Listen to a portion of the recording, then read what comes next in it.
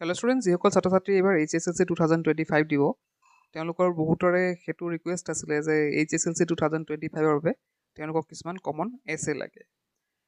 তো কমন বিচৰাৰ আগতে আমি চাব লাগিব যে যোৱা 11 বছৰত কি এছে আহিছিল, তাৰপৰা কিমান কমন পৰিছিল, সেইখিনি চালে আমি এটা আইডিয়া কৰিব পাৰিম যে কি হ'ব পাৰে। তেন্তে ভিডিঅ'টো ষ্টাৰ্ট কৰোঁ।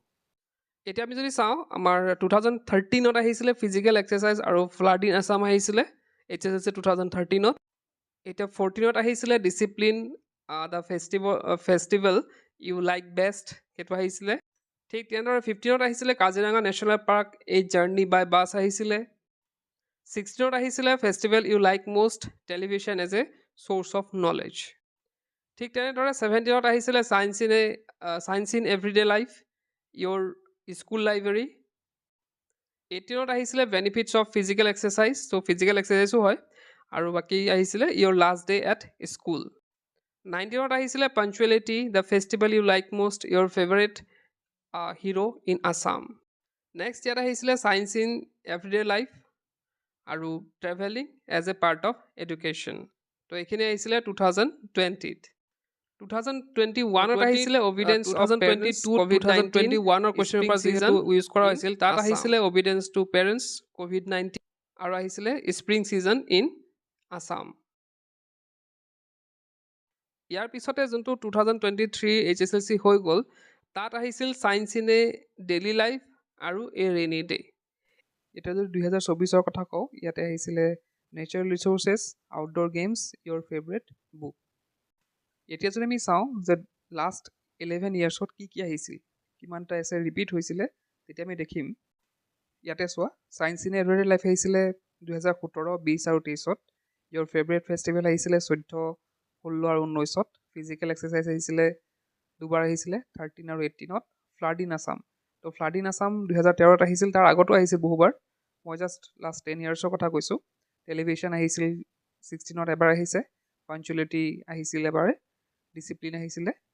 আৰু লাষ্ট ইয়েৰত আমি গম পালোঁৱে যে ইয়'ৰ ফেভৰেট হিৰ'টো 19ত আহিছিলে। আৰু ইয়'ৰ ফেভৰেট বুক 2024 চনত আহিছিল, যদি আগত আহিছিলে আউটডোৰ গেমছ 2024ত আহিছিলে।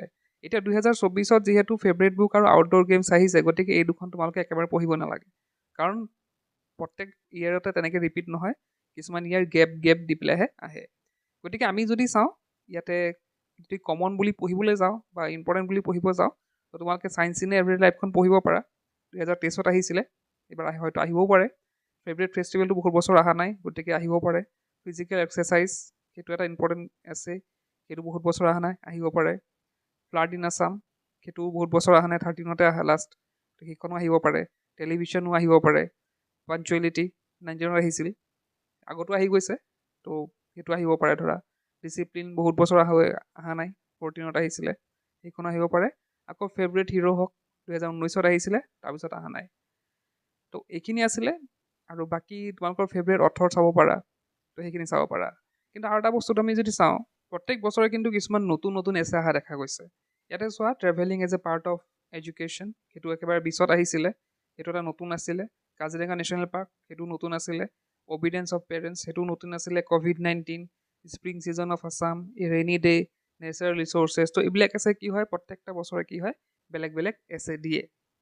এতিয়া কথাটো হ'ল, মই তোমালোকক সেইখিনি পঢ়িব ক'লোঁ হয়, ইম্পৰ্টেণ্ট বুলি ক'লোঁ হয়, কিন্তু এনেকুৱাও হ'ব পাৰে হয়তো তাৰ পৰা নাহিবও পাৰে। তো সেইকাৰণে আমি যদি চান্স ল'ব নিবিচাৰোঁ, আমি এটা কাম কৰিব পাৰোঁ, আমি ষ্টৰি ৰাইটিং চাব পাৰোঁ।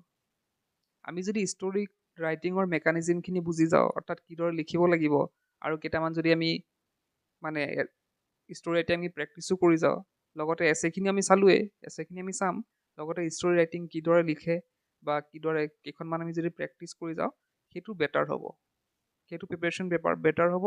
কাৰণ তোমালোকৰ হাতত এটা চান্স থাকিব যে মই যদি এছে কমন পৰিলটো লিখিলোঁ, আৰু যদি এছে কমন নপৰে মই ষ্টৰি লিখিব পাৰিম।